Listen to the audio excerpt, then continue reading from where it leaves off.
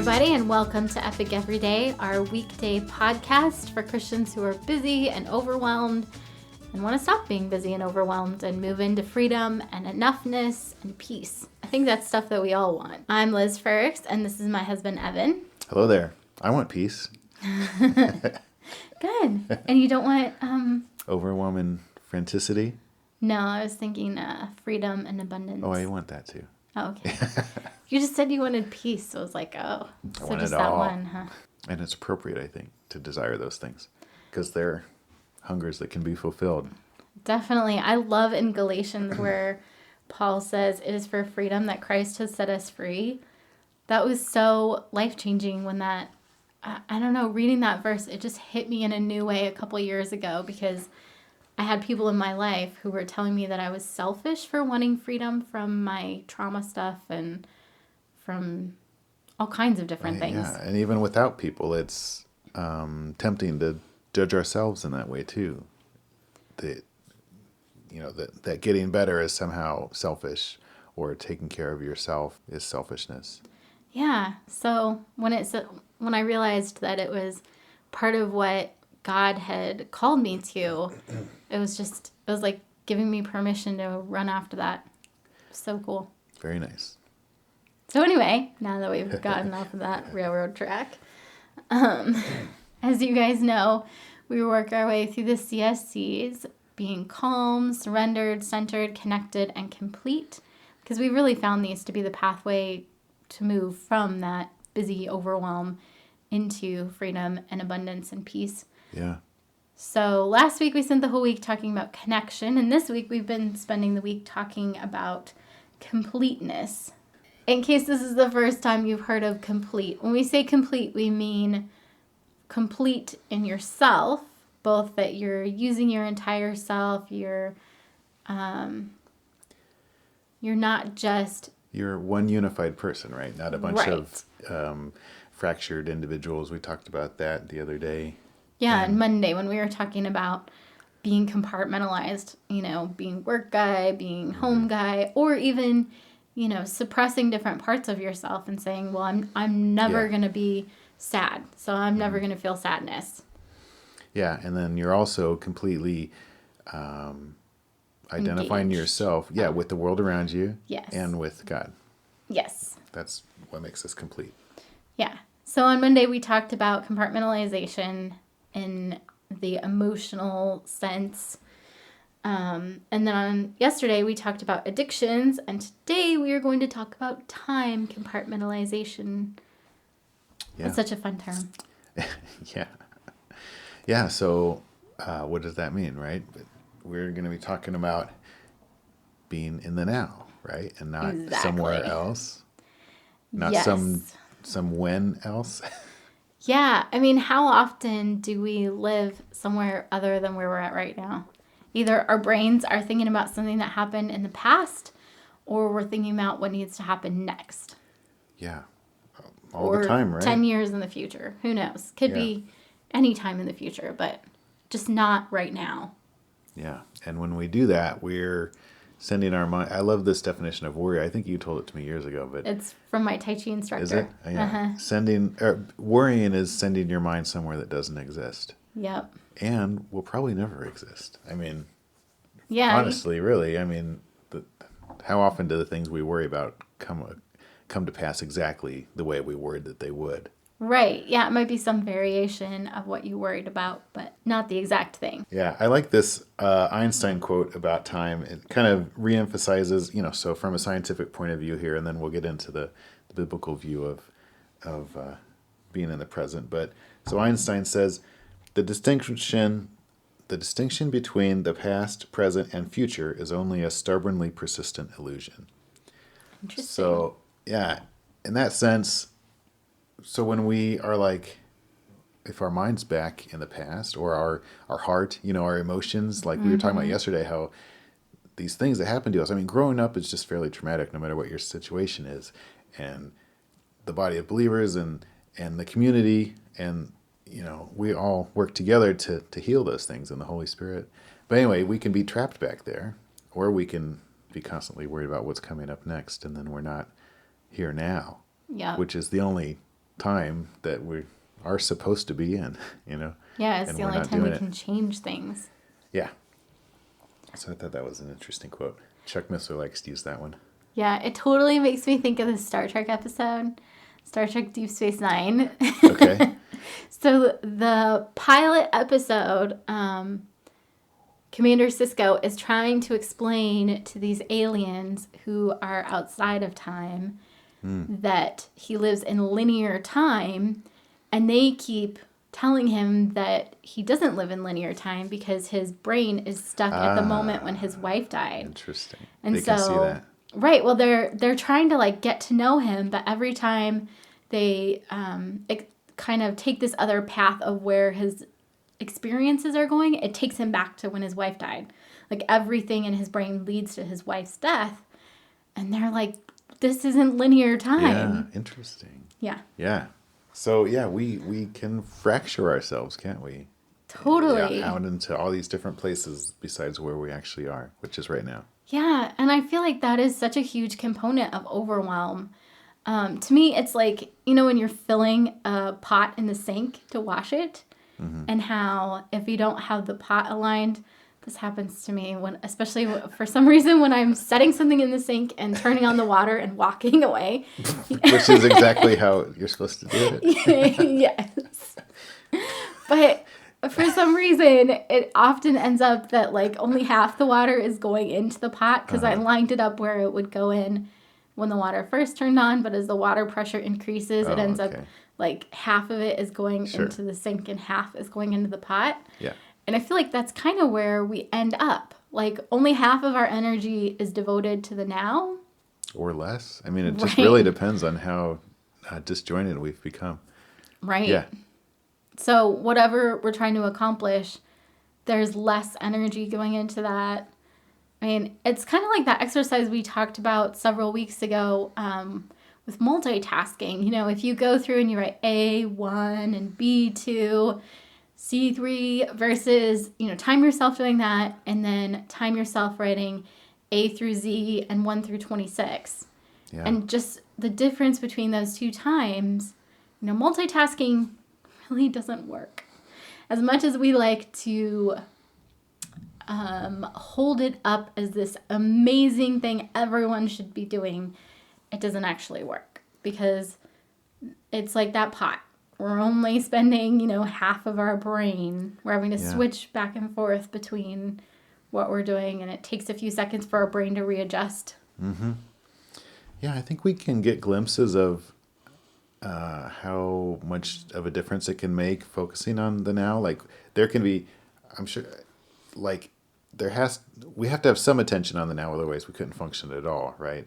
But then sometimes we're hyper focused on a task and we can crank it out, right? That's true. And that's, we can see the power of, maybe 80 or 90 or somewhere near 100% of our mental energy going into, what's going on right now. And then we can start worrying again. That, that can happen in, when maybe your baby's being born or you're really focused on a game, sports or something, or there's a crisis. And then we start fracturing again. Yeah. But what if we were to do that all the time? Like be here now all the time? How much more productive could we be for the kingdom of God? Right. It's so interesting because we get less done because we have less. It takes more effort to get less done. Yeah. And more time. One of the big ways that this steals our peace is that when we are engaged in worry or regret or whatever you want to call the past and present, fragmentation thing, like we said, we're going someplace in our mind that doesn't actually exist and we're no longer in the real world. Yeah. I mean, that's maybe another kind of shocking way to put it. We're not here anymore. We're somewhere else. It's a dangerous place to be. Yeah, and as I said before, we can't change anything except the present, which to me was so, it seems so obvious, but when I really started applying it, it was very transformative to recognize that the things that I felt regret for, I needed to let go of them because I couldn't change them. You can try to make amends, but that's very different from hanging on to regret and like punishing yourself and and wishing you could change it and focusing on what you would have done differently, because you can't go back and do that different thing, whatever it was. Yeah. Yeah. That makes me think you've got actually a really powerful story in your book, Tales from the Spacious Place, where that bitterness or that great regret turns into bitterness sometimes, and where we're spending all this mental energy. And I guess the goal is to change something, but it never is going to change. Yeah, that was actually one of the things that when I was thinking about, what is the opposite of that fragmentation? And I think it really is that wholeheartedness, being fully in the present. But in order to do that, you almost have to go through the process of, what is keeping me in the past? What are the anchor points? What is the baggage that I'm dragging along? Yeah. And kind of like what we talked about yesterday with those embers. What are those things? And then doing the work of working through them. Yeah. I know for me, and I think I still do this, but as a kid, I think there was a lot of fear there and that was kind of driving me to do this. Like I don't know what you'd even call them, but I would fantasize about the future, but it was like these tragic fantasies where, like as a kid, I was like, okay, if my parents die and it's just me and my siblings versus the world, what's the plan? And then I'd spend all this, hours just being like, okay, well, we'd probably go live with this relative or maybe that one, or maybe if it happens when we're old enough, maybe we can just try to stay here and live in the house and pretend to be adults ourselves. And I'll just, because I was the oldest, so I was like, well, what am I going to do? I got to make sure my siblings are going to school and stuff, and just spinning my wheels, using up all this energy and getting way into worry. So it's just scared of something, right? Scared of me versus the world, not having enough help maybe. I don't, who knows, but I know I definitely, and then, now with our family, sometimes it's similar stuff like, well, what if my wife dies? What if the kids die? What if I died? What would they do? And I can really get sucked into that, like, it's not going to be okay for whatever reason. And that's me being disconnected from the safety and security of God's care for me, right? Like his promises that I won't leave you or forsake you. And that's me like running off and pretend in the false reality of worry, that promise doesn't exist. And I'm having to figure it all out. Yeah. That was one of the things that I wrote down too was, you have to, for the past, you have to let go of your baggage, but then for worry for the future, you really have to work on trusting God. That's right. And, I love in Psalms 139:16 where it talks about how God knows our days before they happen. Like when we're born, he knows every single day. Yeah, incredible. And there are other verses, Jeremiah 29, where he talks about that he has a plan for us, for a hope and a future. In Proverbs 3, where he talks about if we trust in the Lord with all our hearts and lean not on our own understandings, he'll make our paths straight. Mm-hmm. Yeah. Go ahead. The passages I thought of where I feel like there's a clear teaching from Jesus as to don't worry about the past. And Matthew 6. Yeah. Well, yeah, that's don't worry about the future, right? Yeah. What you're going to wear and what you're going to eat and stuff. So, yeah, there's the future part. But then the past one is right there in the Lord's Prayer where he's like, forgives us as we forgive others. Like letting go of these things that we hold against other people and that we hold against ourselves and people hold against us. Like letting go of that and being just here now in the gospel of grace with Jesus. Yeah, I love that redemption means that we can let go of those things because we can trust that God both transformed our sins into something beautiful and transformed people's sins against us into something beautiful. Yeah, it's the only way to get back to peace because otherwise it's just a big mess. And what else can you do but worry?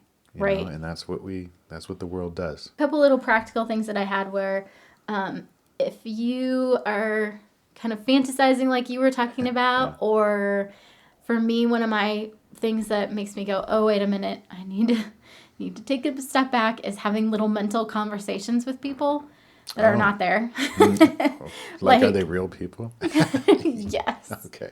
But if I'm like, oh, I wish I had said da-da-da-da-da to this person, or if I saw that person again, I would be saying da-da-da-da-da, and then I imagine what they would say back, and And these are answers to things that were maybe happened years ago? or Or things recent, just whenever. yeah, It's in the past. Who cares how long ago it was? right, Yeah. exactly.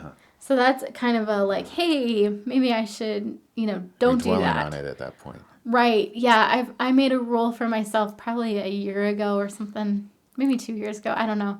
But I realized that I would get so stressed out before bed because I would end up laying there and having these mental conversations. And so I was like, you know what?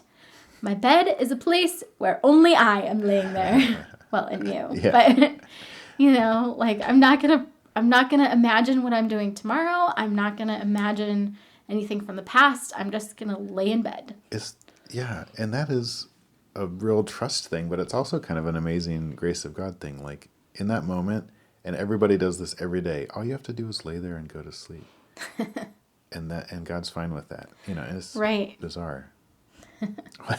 Yes, definitely. The other thing was to make a list. This is something that I have a bad habit of doing. I will try to juggle 100 different to-do things in my brain. And then I get more stressed because I'm like, oh, I think I forgot something. What did I forget? Oh, I forgot that we're supposed to be doing whatever. So just write it down. And then you don't have to keep repeating it in your brain. All right. Well, thanks for listening today.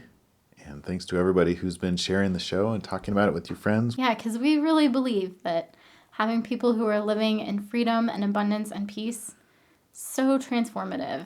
And I love the way that those things transform our individual lives because life is way better when you're headed more and more in that direction. And it transforms everyone's lives around you. It's like throwing a rock in the pond. I mean, there are ripple effects all over the place. Yeah, and the Christian life is a community sport. So we need us all to be engaged in the CSCs. We love you guys, and we are praying for you. Try to remember as you're going through your day on this lovely Wednesday, let's be present. Even if it's just, it's not about perfection. It's about recognizing when you've made a mistake and then moving out of it. So when you start having a mental conversation with someone, stop and be like, wait a minute, I need to be in the present. When you're thinking about what you did last year, stop. Be in the present. There you go. When you want to think about what you're doing tomorrow, stop. Be in the present. It's hard. Yeah, it takes practice, but it's possible. 1% improvement. That's right. All right. Have an awesome Wednesday, you guys. Later.